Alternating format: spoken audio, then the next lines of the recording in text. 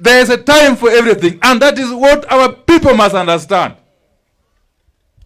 Nobody has stopped you who is outside the cabinet, from criticizing the government. You can continue criticizing it until the cows come back home. And do it properly. Because I also want to be criticized. I want to be critiqued as a member of the executive for me to deliver services properly. But don't expect me to join you in criticizing the executive. That can't be my work. If it is your work, do it. Do it properly. Do it properly. As I do mine, which is to execute. Since the beginning of last year and towards the end, Kenya has seen some very, very positive changes. First and foremost, it is important to appreciate the fact that Kenya is on a positive trajectory. The government of the Republic of Kenya under President William Ruto has done whatever it takes to ensure that first and foremost the economy is back on its tracks and that the country continues to gain positive recognition internationally.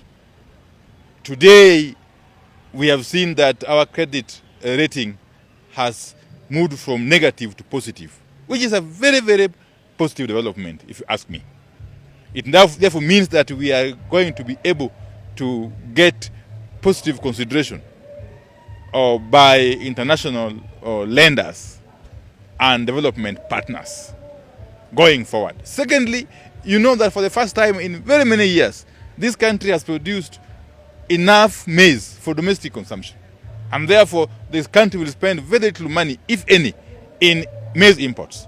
Similarly, we have been able for the first time in so many years to produce enough sugar for domestic consumption. All these are work towards ensuring that we save our foreign exchange and build the economy.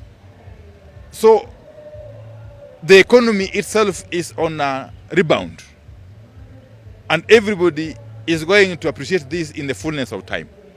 So the government is doing a lot that needs to be appreciated, even though we can't stop those who want to criticize. Criticizing is normal, it's expected. It's expected. And in fact, it's the work of the parliament, both National Assembly and Senate, to oversight the government, oversight the executive. Okay? That is the work of the National Assembly and the Senate. In the same manner, it is the work of the county assemblies to oversight county executives. But to expect me, as a member of the executive, to participate in the criticism of the government that I serve in is to stretch the imagination too far. It is actually to be delusional. It is actually to betray the very principles of democracy that we have been fighting to safeguard all these years. So those who are busy criticizing the government should continue doing so. Nobody has stopped them. Please continue doing so. But don't expect me to join you in criticizing the same government, the very government that I serve in. As a cabinet secretary, I've got more than enough avenues and platforms and fora for me to air my views. It is none of your business, you who is outside the executive, to dictate to me how I should conduct myself within the executive. So you continue playing your role of criticizing the government or critiquing it. Okay? But please understand that I cannot join you. In any event, in my previous life as a member of parliament and as leader of minority party, I don't think there's anybody who could have taught me how to criticize. I was very good at criticism and oversight and critiquing. So there's nothing new you're teaching me. And you cannot lecture me on how to conduct myself whilst I serve in the executive. It is not within your province to lecture me, okay, on how to carry myself while serving the government under the president. Okay? You do your role, I do mine. But more importantly, those who are busy making noise out there, despite all the obvious positive steps that the government is making, you can also continue in the same manner. But rest assured that when the hour of reckoning comes, when push comes to shove, when the rubber meets the road, okay, we shall meet with you down here with the people. And these people are not foolish.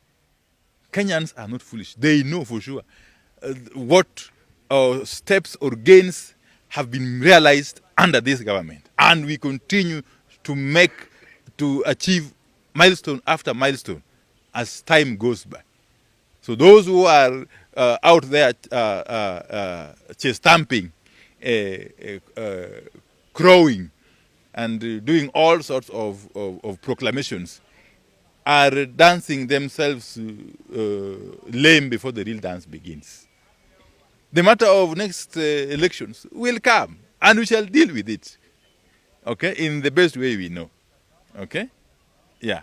And Kenyans ni wale. Kenyans ni wale. Yeah. Na watajua vile watafanya. And they will appreciate, I can tell you.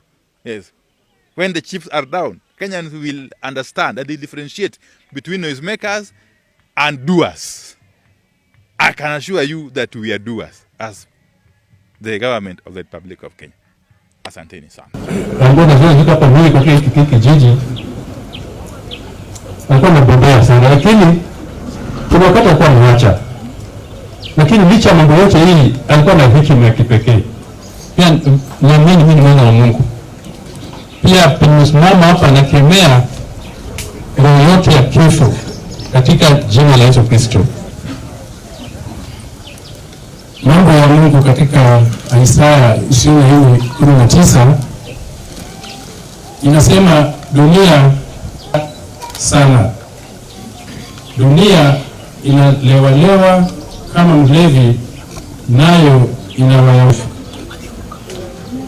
Hadi mtumishi wa Mungu Paulo akasema kwamba licha ya mambo yote sisi ni zaidi ya washindi.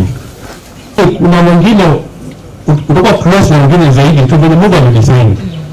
Kwa hivyo mimi chanzo nasema nimeona James wangu. Kwa ndugu yangu James, kuna vitu vingi nilijifunza kwake. Na vitu vingi pia nilijifunza kwangu. Lakini just to crown it all, alikuwa mtu wangu wengine tu. Na mimi am soft. Niliumba hivyo Bwana sifiwe. Niliumba being soft and cool na kitu kama hiyo. That's the attribute of God. Kama bausa wangu Bwana sifiwe. Na mimi pia nimekuwa kama bausa wake. Lakini nimefikiria kwamba wote walikuwa na changamoto, lakini wanakuwa hapa hivi. That day tutakuwa na graduate. They were sacrifice this time. Sacrifice his resources to do kwa alikuwa hafla. Lakini amesomesha watoto wake. Alikuwa fundi kwa plamba wa jua kali, akipata kazi anapata kidogo watoto wanasoma. So alikuwa anapenda familia. Hizo tulifanya shopping. Ndio hizo mnasi nyingi sana kutoka ba. Na hizo vitu za Mombasa hizo sijui hizo nini. Tunakwenda basi. Ilikuwa mtu wangu kwa kitu kingine. Kama ni mmoja kama ni hizo.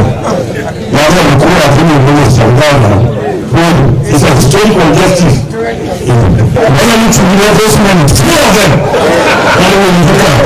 When 16, when I say one hour, the president, one of them. Very national. One was from the